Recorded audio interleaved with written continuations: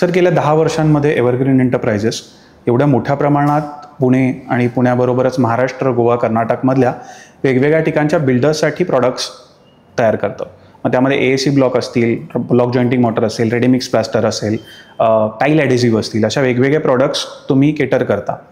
तर ह्यामध्ये तुम्ही गेल्या 10 वर्षांमध्ये वेगवेगळे शिफ्ट बघत आला. पुढचं भविष्य, पुढच्या 5 वर्षांचं, 10 वर्षांचं कन्स्ट्रक्शन फील्डचं एकूण वाटचाल तुम्हाला कशी वाटते? ऑब्व्हियसली ब्राईट आहे खूप, कारण आफ्टर कोविड कन्स्ट्रक्शन इंडस्ट्रीमध्ये फार चेंजेस झालेले आहेत. जसं आफ्टर कोविड सगळ्या सेक्टर्समध्ये चेंजेस आलेले आहेत, तसे कन्स्ट्रक्शन इंडस्ट्रीमध्ये खूप सारे चेंजेस आलेले आहेत. की आफ्टर कोविड तुमचे टाईलच्या सायझेस बदललेले आहेत. पूर्वी नॉर्मल 1x2, 2x1 किंवा 1x1च्या टाईल्स लागायच्या, आता 4x2च्या टाईल लागतात कंपल्सरी, कारण कॉस्ट तेवढं सेम झालेलं आहे 4x2 आणि 2x2 मध्ये. त्याच्यामध्ये त्यानंतर जे तुम्ही रेग्युलर सिमेंट लावत होता त्या जागी टाईल ॲडेसिव्ह झालेले आहेत. त्याच्यानंतर बऱ्यापैकी जे मोठे प्रोजेक्ट्स होते की ते डायरेक्टली मायवानला शिफ्ट झालेत, आणि ह्याच्यामुळे तुमचा टाइम स्पॅन खूप कमी होत चाललाय. टाइम स्पॅन ज्यावेळेस कमी होतो त्यावेळेस ऑब्व्हियस आहे की तुमचं कॉस्टिंग कमी होतंय, तुमचा प्रॉफिट वाढतोय, किंवा इवन जे कस्टमरची नीड आहे की आम्हाला बेसिक या टाइम पिरियडमध्ये हे मटेरियल किंवा आमचा फ्लॅट रेडी मिळाला पाहिजे, ते त्यांना अचीव करता येत आहे. आणि ह्याच्यामध्ये खूप क्वालिटी पण इम्प्रूव्ह झालेली आहे. तर त्यामुळे याचं फ्युचर ब्राईट आहे. आणि जे नवीन नवीन प्रोडक्ट्स येतात जे डेव्हलप आहेत, जे आतापर्यंत आपण युरोपियन कंट्रीजमध्ये बघतो, ते आता आपल्याला इंडियन मार्केटमध्ये पण दिसत आहेत. मग ह्या प्रॉडक्ट्ससोबत एव्हरग्रीन कशा नवीन नवीन प्रोडक्ट्सला घेऊन येत आहे? आता ह्याच्यामध्ये एव्हरग्रीनचं त्याच्या कम्पेअरमध्ये हे म्हणता येईल की म्हणजे एव्हरग्रीन टाईल ॲडेसिव्हज बनवत आहे. ब्लॉक जॉईंटिंग मॉर्टर तर पहिलं होतंच, त्यामध्ये रेडीमिक्स प्लास्टर आहे, त्याच्यानंतर वॉटरप्रूफिंग केमिकल्स आहेत, PU बेस्ड बरेच प्रोडक्ट्स आहेत, त्यानंतर आपण GRCमध्ये पण काम करतो आहे. तर हे जे प्रोडक्ट्स आहेत हे टाईल ॲडेसिव्हज जे आहेत ह्यूज टाईलसाठी लावण्यासाठी एव्हरग्रीनचे ते प्रोडक्शन होत आहे, आणि त्याच्यामुळे त्यात कॉन्ट्रीब्युशन आपलं पण आहे या डेव्हलपिंग मार्केट. साधारणपणे टाईल ॲडेसिव्ह जेव्हा तुम्ही म्हणताय, तर जसं मी बघितलं आपल्याकडे जवळपास 5 ते 6 पद्धतीच्या वेगवेगळे टाईल ॲडेसिव्ह आहेत. एक्झॅक्टली. सो हे काय एक्झॅक्टली हे टाईल ॲडेसिव्ह काय आहेत आणि हे कशासाठी वापरले जातात? हे बेसिकली बेसिक पासून ते ग्रॅनाइट हाय साईज ग्रॅनाइटपर्यंत यासाठीचे हे टाईल ॲडेसिव्हज आहेत. ज्यावेळेस आपण फ्लोअरसाठी लावतो, पूर्वी आपण माचन करून लावायचो, आता त्या जागी टाईल ऑन टाईल किंवा बेसिक डायरेक्ट स्लॅबवर, मदर स्लॅबवर तुम्ही टाईल ॲडेसिव्ह लावून टाईल्स लावता. त्यानंतर व्हर्टिकल टाईल्स ज्या डॅडो टाईल्स म्हणतो त्यासाठी मग त्यात बरेच व्हेरियंट आहेत, type 2, type 3, type 4. Type 2, type 3, type 4 म्हणजे काय की बाबा 2x2ची टाईल लावताय, त्यानंतर 4x2ची टाईल लावताय, त्यानंतर ग्रॅनाइटचे स्लॅब्स लावताय, किंवा आता मोठ्या साईजच्या म्हणजे 1 मीटर बाय 1 मीटरच्या टाईल्स आलेले आहेत, त्यांच्यासाठीचे केमिकल्स आहेत. हे त्याचे व्हेरियंट्स आहेत. ओके. आणि हे सगळे आता आपल्याकडे अवेलेबल करतोय, 100% आपल्याकडे अवेलेबल आहेत. अमेझिंग. आणि त्याच्यानंतर पण आपण हे करतोय की जे स्पॉट बॉन्डिंग म्हणा किंवा 2 डिफरंट मटेरियल्स आहेत, म्हणजे फॉर प्लाय आहे आणि त्याच्यावर टाईल लावायची, मेटल शीट आहे त्यावर टाईल लावायची, ह्याच्यासाठी पण आपण ते प्रोडक्ट्स म्हणजे स्पॉट बॉन्डिंग वगैरे आपण अवेलेबल करतोय. वाव. तुम्ही जसं म्हणालात की टाईल ॲडेसिव्ह आहे, त्याचबरोबर आपल्याकडे रेडीमिक्स प्लास्टर पण आपण हे करतो, जे plaster external plaster, internal plaster, या दोन्ही गोष्टी आपण पहिल्यापासून हे करतो. आणि मी त्याच्यात पण बघितलं आपल्याकडे 2 ते 3 वेगवेगळे प्रकार आहेत. एक्झॅक्टली. सो एक्झॅक्टली हे रेडीमिक्स प्लास्टर कशा पद्धतीने वापरलं जातं आणि आता एवढ्या मोठ्या प्रमाणात का वापरलं जातं? बेसिकली आता तुम्ही जे सिटीमध्ये बघितलं असेल तर सिटीमध्ये स्पेस अवेलेबिलिटी फार कमी आहे. पूर्वी स्पेस अवेलेबिलिटी होती. पूर्वी तुम्ही मटेरियल आणायचा म्हणजे वाळूचा ट्रक येणार, तो चाळला जाणार आणि मग ते मटेरियल शिफ्ट होणार आणि मग काम होणार. ही ट्रॅडिशनल पद्धत होती. आत्ताच्या काळामध्ये स्पेस अवेलेबल नाही आहे. तुम्हाला आहे त्या एरियामध्ये, तेवढ्याच एरियामध्ये तुम्हाला काम करायचं आहे. त्यामुळं रेडीमिक्स प्लास्टर हा उत्तम पर्याय आहे त्यासाठी. जे मटेरियलचं प्रोसेस तुम्ही ऑन साईट करणार होता ते इंडस्ट्रियल एरियामध्ये होते, तिथे तुमचे टोटली प्रोसेस होते. बॅक पॅकिंग येतं. बॅक पॅकिंग आल्यामुळं तुम्हाला ॲक्च्युअल क्वांटिटी काढता येते की बाबा एवढ्या क्वांटिटीसाठी एवढं मटेरियल रिक्वायर्ड आहे, जे की पूर्वीच्या ह्याच्यामध्ये माप नव्हतं. तो पूर्वी काय म्हणायचा, सर 1 ट्रक मंगालो, 10 गोणी मंगालो, 100 गोणी मंगालो, याच्यामध्ये तुमचा हिशोब लागत नव्हता. बरोबर. आता या रेडीमिक्स प्लास्टरमुळे तुम्हाला प्लास्टरमधला हिशोब कळायला लागला की एवढ्या एरियाला एवढं प्लास्टर गेलं पाहिजे. तुम्ही फॉर एक्झाम्पल त्यामध्ये 10% ॲडिशन पकडा, तर त्या पद्धतीने तुम्हाला वर्कआउट करता येते, तुमचं बजेट फायनलाइज करता येते. ओके. हां. आणि ह्याच्यामध्ये 2 टाईप आहेत.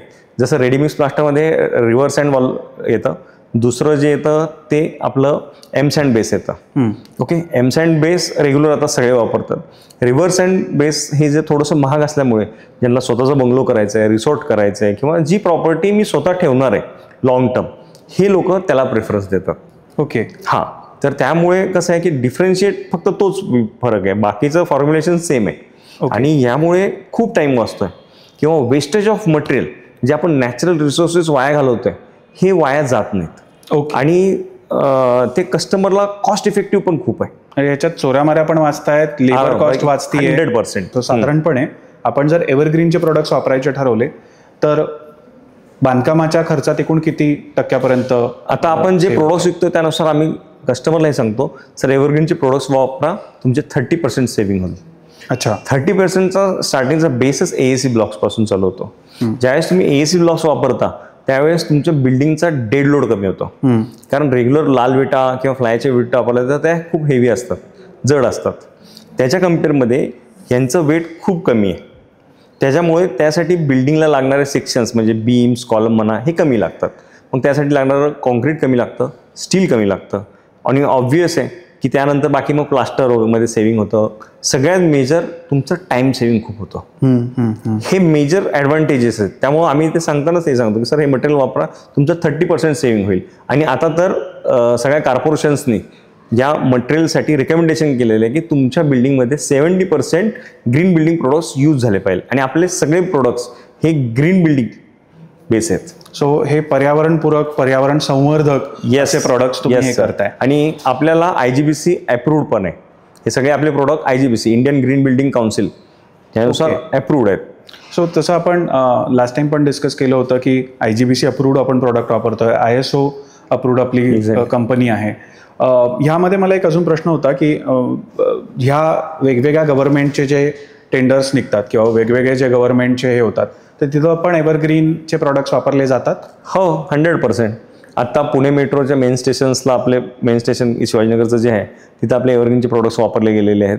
बऱ्याच PWD, CPWD, all India radio, metrology, हे सगळ्या डिपार्टमेंटला आपलं मटेरियल गेलेलं आहे.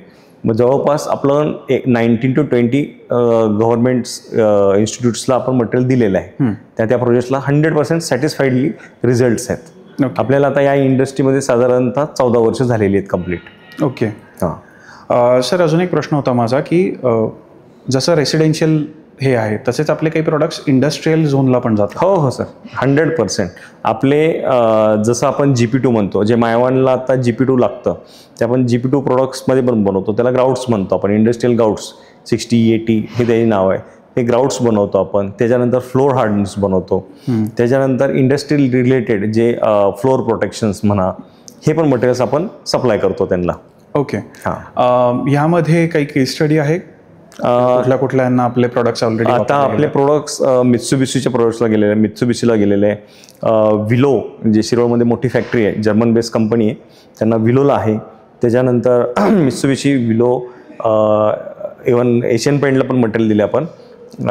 त्याच्यानंतर चाकणला, कॅडबरीला पण दिलेलं आहे. फलटणला, कमिन्स इंडस्ट्रीला पण आपण मटेरियल दिलेलं आहे. ओके. सो आता जसं सर तुम्ही सांगितलं की महाराष्ट्रामध्ये, गोव्यामध्ये किंवा कर्नाटकमध्ये हे प्रोडक्ट मोठ्या प्रमाणात जातं, तर हे तुमचं डीलर डिस्ट्रीब्युशन नेटवर्क थ्रू जातं का तुम्ही डिरेक्टली याचा सप्लाय करता? हां, आता आमचं डीलर डिस्ट्रीब्युशन नेटवर्क आहे. ऑल ओव्हर महाराष्ट्र आम्ही करतोय.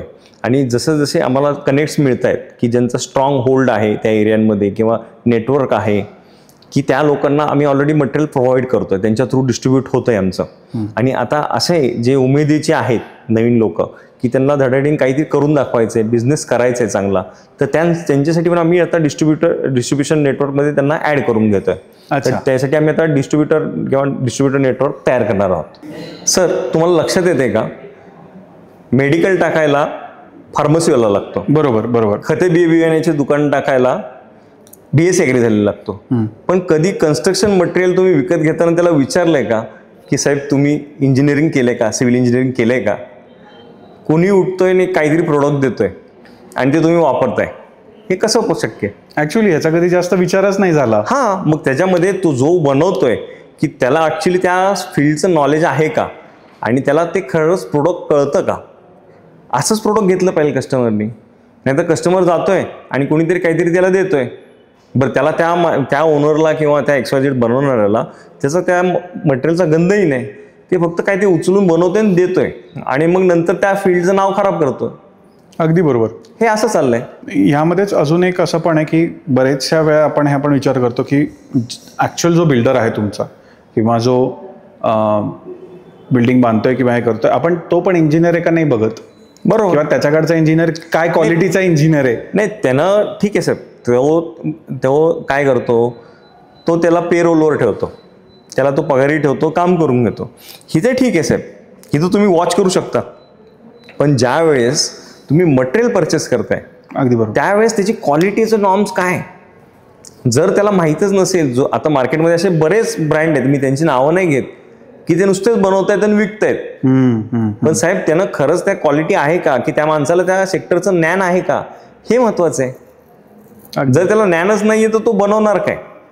सर तुम्ही एक GRC म्हणून एक प्रॉडक्ट मला म्हटलात, हे काय एक्झॅक्ट GRC? GFRC म्हणून आहे, हे glass reinforce fibre concrete. Okay. जे आता डेकोरेटिव्ह तुमचे बनत आहेत, म्हणजे मोठमोठे तुम्ही लॉन्स बघितले असतील, रिसॉर्ट्स बघितले असतील, किंवा फॉर एक्झाम्पल ते सिंगापूरचा तुम्ही तो सिंह बघितला की त्या तोंडातून तो धबधबा पडतो, ते it's a GRC product. Okay. ते कसं आहे, FRPच्या पुढचं प्रोडक्ट आहे. ओके. JFRC म्हणून. यामध्ये ग्लास रेनफोर्स फायबर वापरून तुम्हाला पाहिजे तो शेप देता येतो आणि लॉंग लास्टिंग आहे, स्ट्रेंथ खूप आहे, की ऍक्च्युली त्या प्रोडक्टवर एखादा माणूस उभा राहिला तरी त्याला काही होत नाही, आणि हे लॉंग लास्टिंग आहे. ओके. सो FRP मध्ये कसं होतं सर, की आफ्टर 2 years 3 years ते बेंड होतं, वाकडं होतं. ओके. असं. आणि हे याच्यामध्ये होत नाही. याच्यामध्ये होत नाही. सो एव्हरग्रीन याच्यामध्ये कशा पद्धतीच्या सर्व्हिस? एव्हरग्रीननं त्याचे मिक्सिंग डेव्हलप केलेले आहेत काही आणि अजून काही ॲडव्हान्स डेव्हलप करतोय. आपण त्याचे रॉ मटेरियल्स इम्पोर्ट्स करतोय, ते इम्पोर्ट्स करून आपण त्यापासून मिक्सचर बनवतोय आणि मग आपण ते प्रोडक्ट्स बनवतोय. ओके. हा. ओके. आणि आता बऱ्यापैकी आमचं ते कम्प्लिशन स्टेजला आहे, की एकदम ॲडव्हान्स, एकदम हाय मॉडिफाय कॉन्क्रीट, रेनफोर्स कॉन्क्रीट कसं बनवायचं, glass reinforce concrete. Okay. Amazing. Sir architect किंवा इंटेरियर्स हे साधारणपणे एव्हरग्रीन सोबत किती कनेक्टेड आहेत? खूप कनेक्टेड आहे सर, कारण आमचा बेसिकली स्टार्टअपच त्यांच्यापासून होतो.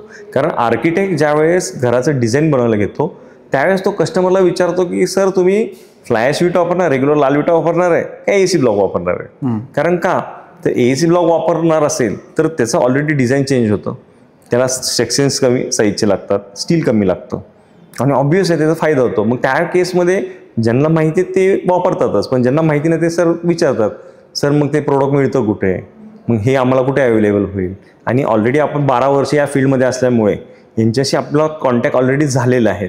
बरेच आर्किटेक्ट बिल्डर्स ओळखतात आणि ते रिकमेंड करतात, तर सर आम्ही बघितलेलं आहे, हा ब्रँड जुना आहे, याच्याबरोबर जावा तुम्ही, हे करा, हे प्रोडक्ट चांगलं आहे, ट्रस्टेड आहे. ओके.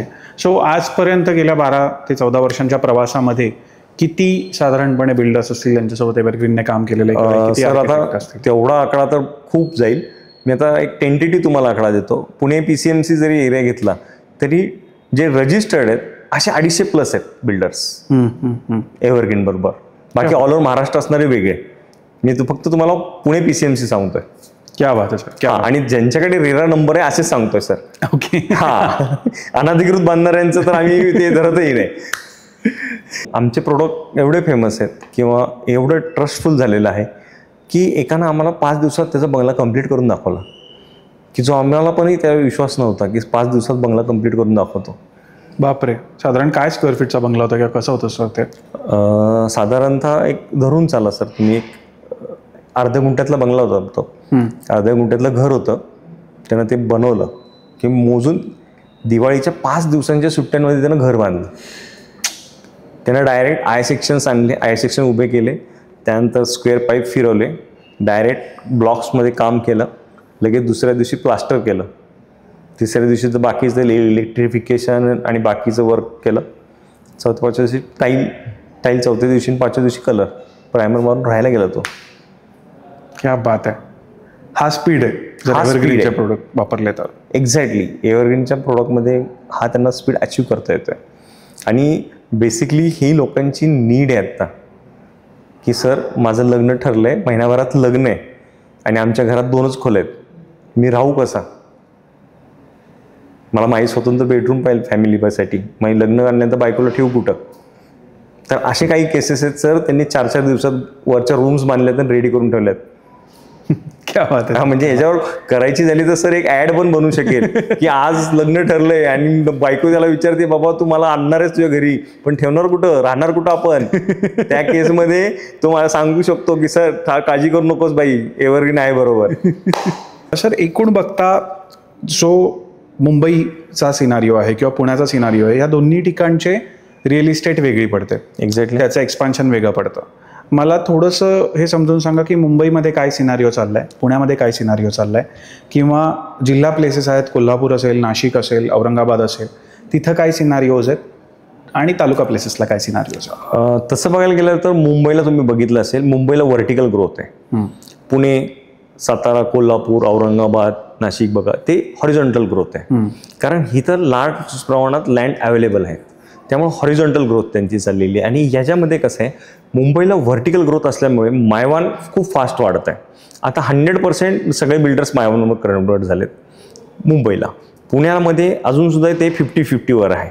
मायवान 50% आहे आणि रेग्युलर 50%. म्हणजे तुम्ही ॲल्युमिनियम फॉर्मवर्क म्हणतो आपण ज्याला, ते त्या पद्धतीनं.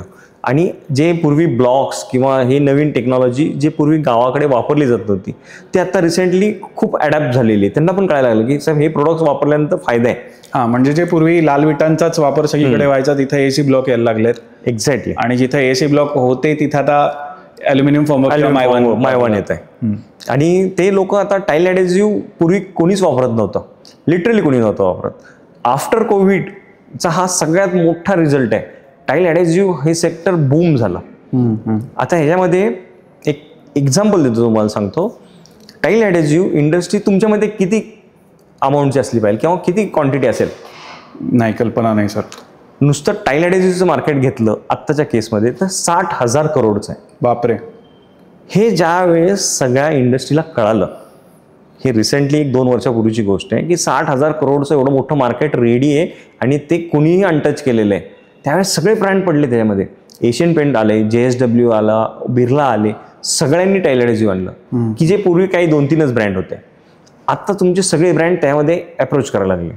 आणि आपण ह्याच्यामध्ये ऑलरेडी 10 वर्षापासून आहे की आपलं डेव्हलप आहे आणि प्रोडक्ट प्रूव्हन आहे की लोक म्हणतात सर माहिती ते वापरलंय तुमचं, आम्हाला माहिती आहे. आता ते आम्हाला डबल सांगायला जावं लागत नाही, ते ट्रस्टेड प्रोडक्ट झाले. त्यामुळे ऑर्डर आम्हाला असेही येतात. ओके. सो बऱ्याच ठिकाणी तुम्हाला हे पण होत असेल की अच्छा, या बिल्डिंगला आमचंच प्रोडक्ट लावलं. एक्झॅक्टली. मॉलमध्ये माझंच. खूप ठिकाण आहेत सर, खूप ठिकाण आहे. आता तुम्ही फॉर एक्झाम्पल आता शिवाजीनगर घ्या किंवा इव्हन नवले ब्रिज घ्या. नवले ब्रिजच्या 360 डिग्रीमध्ये फिरा, कुठल्याही बिल्डिंगला हात लावा सर, मटेरियल आपलंच आहे. किंवा शिरवळमध्ये बऱ्यापैकी MIDC, चाकण MIDC घ्या, रांजणगावला घ्या, कोकणात भरपूर ठिकाणी जातं सर. की हे आमचं प्रोडक्ट आहे ना, हे सगळ्या क्लायमेट्सला आम्ही तसं फॉर्म्युलेशन बनवलंय आणि त्यामुळे ते मॅच झाले, सेट झालंय. आणि लोकांनी रिझल्ट बघितले सर. आज नाहीये हे, आज एका दिवसातलं 2 वर्षातलं नाहीये, हे 10-12 वर्ष झालेली आहेत आमच्या प्रोडक्ट्सला. आणि ते म्हणतात की सर आम्हाला माहिती आहे ऑलरेडी. त्यामुळे आता ट्रस्टेड आहे. Trusted. Thank you sir, thank you so much. तुम्ही आज वेळात वेळ काढून ह्या पॉडकास्टला आलात. ह्या रिलेटेड काही प्रश्न आम्हाला जे पडले होते त्याची उत्तरं दिलीत. होपफुली असंच पुढं एकूण कन्स्ट्रक्शन मार्केट कसं चालेल, कन्स्ट्रक्शन केमिकलमध्ये नवीन काय आहे याबद्दल आपली चर्चा होतच राहील. तोपर्यंत थँक्यू सो मच आल्याबद्दल. थँक्यू.